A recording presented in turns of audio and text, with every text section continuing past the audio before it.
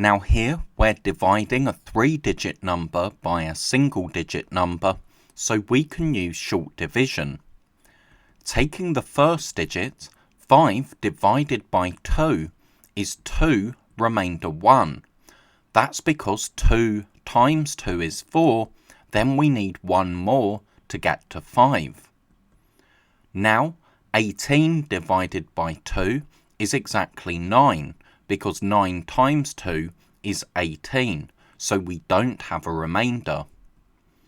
Finally, 8 divided by 2 is 4, because 4 times 2 is 8, so our answer is 294.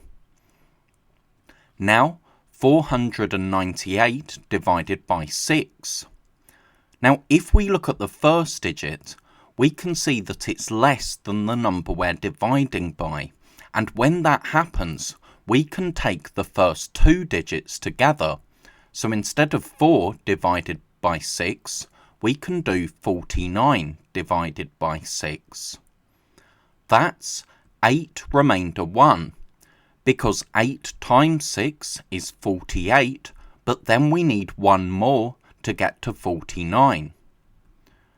So now 18 divided by 6 is 3, because 3 times 6 is 18, so our answer is 83. Finally, we have 651 divided by 7.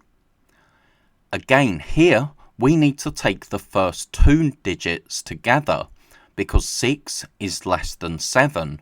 So let's start with 65 divided by 7. That's 9 remainder 2, because 9 times 7 is 63, but then from 63 we need 2 more to get to 65.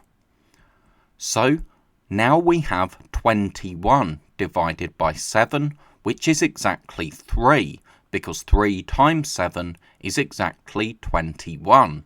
So our answer is 93.